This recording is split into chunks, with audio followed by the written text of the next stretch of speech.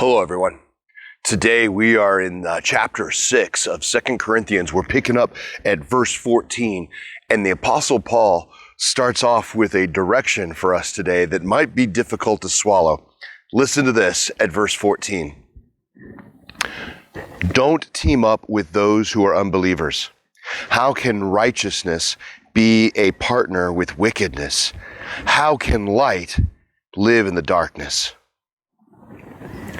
The partnerships that the Apostle Paul is referring to could be business or professional or maybe charitable.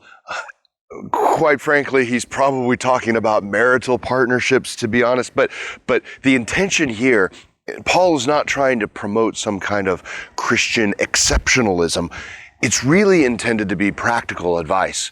And maybe this advice makes more sense if we jump ahead just a little bit to kind of the end of his thought, which is actually captured in the first verse of chapter 7. Listen to this. Because we have these promises, dear friends, let us cleanse ourselves from everything that can defile our body or spirit. Let us work towards complete holiness because we fear God. Now, in the passages in between verse 14 and this one I just read, Paul quotes a lot of Old Testament scripture, and almost all of it is referring back to the Babylonian exile. This is when the people of God were enslaved by the Babylonians and drug out of Jerusalem, and they were forced to embrace the cultural traditions of their new masters. When the exile came to an end, the great joy was that the people of Israel could go back to worshiping the one true living God, but they also had the challenge of purging themselves of the traditions that they had actually embraced over the generations of their exile. Now, the Apostle Paul is correlating the pagan traditions of the Babylonians with the sin and death that comes with the way the world teaches us to conduct ourselves.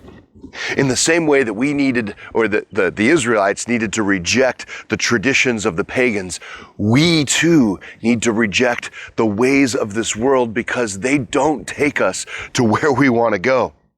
And this is, in fact, really practical advice.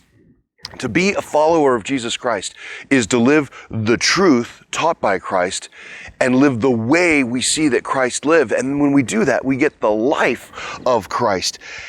And I know we throw the word around, countercultural, but that buzzword is exactly what we're talking about. We, as the followers of Christ, disciples of Jesus, are called to be very, very different. To be more direct. If you live by a set of values that guides every aspect of your life, and then you partner with somebody that does not share those values, even though you may have a common goal, it will inevitably lead to a crisis, and worse yet, a compromise.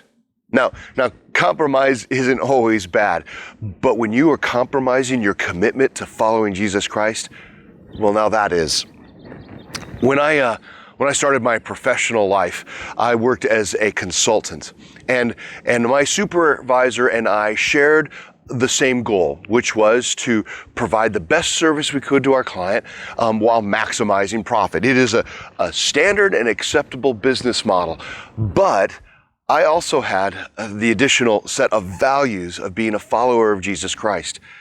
And so when my supervisor asked me to falsify data that would have the benefit of giving the client what they needed and maximizing our profit, I declined. And I also found myself unemployed. You know, it doesn't take much to imagine how these kind of conflicts can happen and how partnerships with shared goals are great, but if we don't have the same fundamental values behind them, then we can get ourselves into a lot of trouble in a hurry. And Paul's point is that we must always be followers of Christ first. When we fix our gaze on Jesus, as the Apostle Paul said in chapter 4, then we want to live and look like Jesus. It is in Jesus that we find everlasting life, and let's just face it, the ways of the world don't lead to life. Now, I realize that many of us are already in partnerships of one kind or another where these values are in conflict. My encouragement to you and the encouragement that Paul is giving here is to keep your gaze fixed on Jesus. For those things that matter most, do not compromise.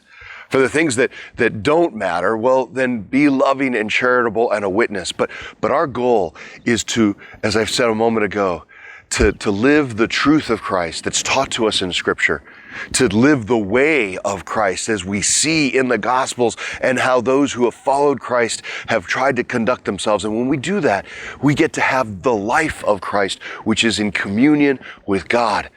We want to shine that light to the world, and it will transform the world. So in future partnerships, keep that in mind. And in the partnerships that you have, hold fast to the truth of Scripture. It will change you. It may change your partner.